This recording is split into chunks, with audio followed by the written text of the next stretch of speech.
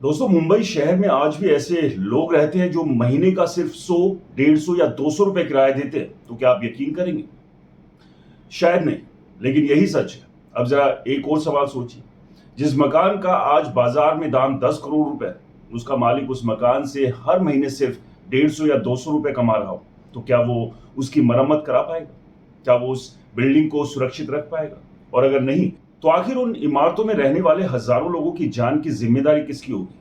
यही वजह है कि मुंबई में आज भी करोड़ों पुरानी इमारतें हर मॉनसून में गिरने के खतरे में रहती हैं। अब महाराष्ट्र सरकार ने एक ऐसा फैसला लिया है जिसे पिछले कई दशकों का सबसे बड़ा रेंट और रीडेवलपमेंट रिफॉर्म माना जा रहा है। उप मुख्यमंत्री एकनाथ शिंदे ने ऐलान किया है कि सरकार पगड़ी सिस्टम वाली इमारतों के लिए नए नियम लाएगी, ताकि सालों से चल रहे करीब 28,000 कोर्ट केस खत्म हो, रीडेवलपमेंट तेज हो और किराएदार और मकान मालिक दोनों को न्याय मिल सके। लेकिन सवाल यह है कि आखिर ये पगड़ी सिस्टम है क्या? क्या सरकार सच में मुंबई को पगड़ी फ्री बनाना चाहती है? और अगर ऐसा हुआ तो सबसे ज्यादा फायदा किसे होगा? मकान मालिक को, किराएदार को, या बिल्डरों को? दोस्तों, आज मैं आपको पूरी कहानी बिल्कुल आसान भाषा में समझाऊंगा, इसलिए वीडियो को आखिर तक जरूर देखिए, क्योंकि अंत में मैं बताऊंगा कि यह फैसला सिर्फ मुंबई तक सीमित नहीं रहेगा, बल्कि आने वाले समय में देश के दूसरे बड़े शहरों के लिए भी मिसाल बन सकता है। दोस्तों, सबसे पहले समझिए कि पगड़ी सिस्टम आखिर है क्या। नाम सुनकर लगता है कि शायद इसका संबंध सिर पर पहनने वाली पगड़ी में होगा, लेकिन ऐसा नहीं। यहाँ पगड़ी का मतलब है एक मुश्त बड़ी रकम जो किराएदार मकान मालिक को शुरुआत में देता था। बदले में उसे उस घर में लगभग परमानेंट रूप से रहने का अधिकार मिल जाता था। इसके बाद हर महीने उसे बहुत मामूली किराया देना पड़ता था। यानी ये एक तरह से किराए और मालिकाना हक के बीच का मॉडल था। अब इसे एक आसान उदाहरण से समझिए। मान लीजिए 1965 में मुंबई के गिरगांव या दादर में किसी परिवार ने एक मकान लिया।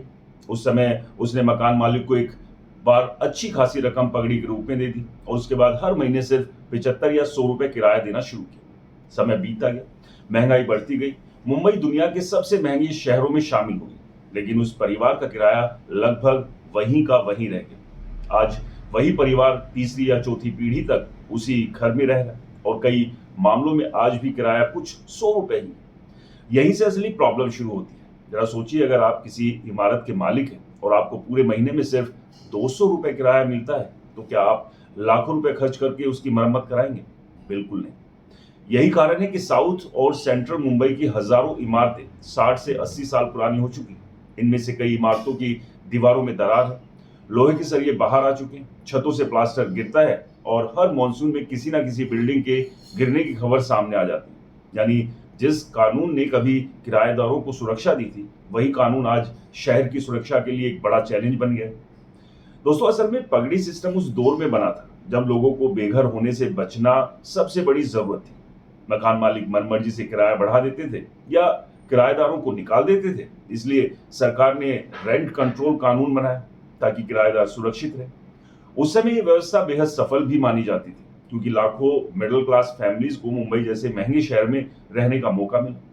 लेकिन कानून समय के साथ नहीं बदला, महंगाई बढ़ती रही, प्रॉपर्टी की कीमतें आसमान छूती रही, लेकिन किराया वहीं की वहीं रह गया। नतीजा ये हुआ कि मकान मालिकों की आय खत्म हो गई। दूसरी तरफ किराएदार भी डरने लगे कि अगर रीडेवलपमेंट हुआ तो कहीं उन्हें उनका घर वापस ना मिले। इसलिए वो किसी भी नई योजना का विरोध करने लगे। बस यहीं से शुरू हुआ कोर्ट केस, स्टे ऑर्डर और सालों तक चलने वाला कानूनी संघर्ष। आज स्थिति यह है कि मुंबई की लोकल अदालतों में करीब 28,000 किराएदार मकान मालिक विवाद लंबित है। इन मामलों के कारण हजारों इमारतों का रीडेवलपमेंट सालों से अटका हुआ है। कई बिल्डर तैयार हैं, कई मकान मालिक तैयार हैं, लेकिन कानूनी डिस्प्यूट के कारण प्रोजेक्ट आगे नहीं बढ़ पाता। यानी एक तरफ जर्जर इमारतें, दूसरी तरफ करोड़ों रुपए की जमीन, तीसरी तरफ हजारों परिवार और चौथी तरफ अदालतों में सालों से चल रहे केस।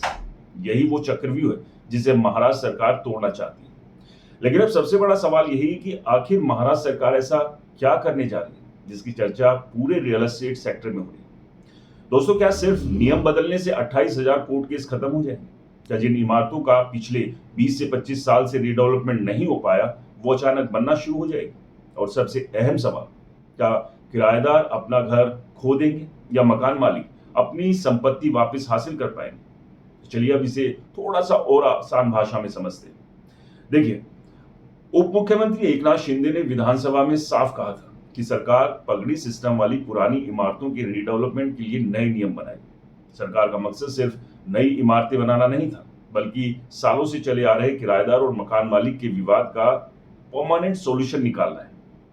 सरकार का मानना है कि जब तक दोनों पक्षों का भरोसा नहीं मिलेगा, तब तक रीडेवलपमेंट की प्रोग्रेस नहीं होगी।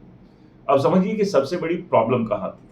मान लीजिए किसी पुरानी बिल्डिंग में 25 परिवार रहते हैं। बिल्डिंग 70 साल पुरानी है। स्ट्रक्चरल ऑडिट कहता है कि इमारत खतरनाक हो चुकी है और कभी भी गिर सकती है। वहां पर एक बिल्डर आता है और कहता है कि मैं पूरी बिल्डिंग तोड़कर नई 25 मंजिला इमारत बना दूंगा। सभी लोगों को बड़ा फ्लैट मिलेगा, आधुनिक सुविधा मिलेगी और मालिक को भी फायदा होगा। सुनने में सब अच्छा लगता है, लेकिन असली लड़ाई यहीं से शुरू होती है। किराएदार कहते हैं, पहले लिखित गारंटी दो कि हमें वापस यहीं पर घर मिलेगा, हमें शहर से बाहर मत भेजना, हमारा किराया, ट्रांजिट व्यवस्था और पुनर्वास साफ साफ लिखो। दूसरी तरफ मकान मालिक कहते हैं, ये मेरी जमीन है, मुझे उचित मुआवजा चाहिए, मुझे भी मेरी संपत्ति का पूरा अधिकार मिलना चाहिए। बिल्डर कहता है, जब तक सभी सहमत नहीं होंगे बैंक फंडिंग नहीं मिलेगी। अगर कोर्ट केस हो गया तो प्रोजेक्ट सालों तक फंस जाएगा। यहीं से पूरा मामला कोर्ट में पहुंच जाता है। यही कारण है कि आज मुंबई में हजारों करोड़ों रुपए की जमीन पर बनी पुरानी इमारतें सिर्फ कानूनी विवाद की वजह से जस की तस खड़ी है। ना वो सुरक्षित है, ना उनका रीडेवलपमेंट हो पा रहा है। अब सरकार जिस नए फ्रेमवर्क पर काम कर रही है, उसका उद्देश्य यही है कि किराएदारों को सेफ्टी मिले और मकान मालिकों को न्याय मिले। यानी सरकार चाहती है कि किराएदारों को ये भरोसा मिले कि रीडेवलपमेंट के बाद उन्हें उनका घर जरूर मिलेगा, उन्हें सालों तक अनिश्चितता में नहीं रखा जाता।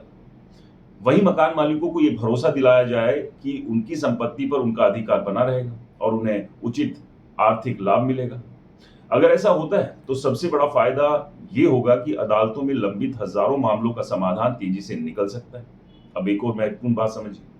पगड़ी एकता संघ की जनरल सेक्रेटरी विनीता राणे ने भी कहा कि पुराने सरकारी नियमों में कई खामी थी।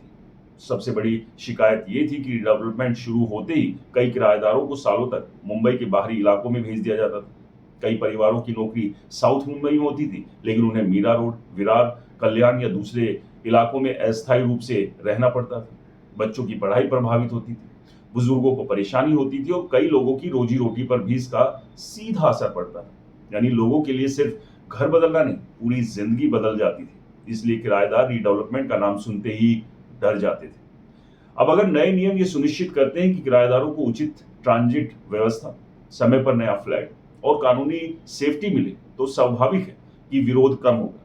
अब जरा दूसरी तरफ भी देखिए, क्या मकान मालिकों की परेशानी कम थी? बिल्कुल नहीं। जरा सोचिए कि आपकी करोड़ों रुपए की संपत्ति है, लेकिन उससे महीने में सिर्फ 150-200 रुपए किराया है। आप बिल्डिंग की मरम्मत नहीं करा सकते, टैक्स देना पड़ता है, कानूनी खर्च उठाना पड़ता है और अगर बिल्डिंग गिर जाए तो जिम्मेदारी भी आपकी। ऐसी स्थिति में मालिक भी सालों से बदलाव चाहते थे। यानी ये लड़ाई सिर्फ किराएदार बनाम मकान मालिक नहीं थी। असल लड़ाई एक पूरे पुराने सिस्टम की थी जो बदलते समय के साथ खुद नहीं बनता।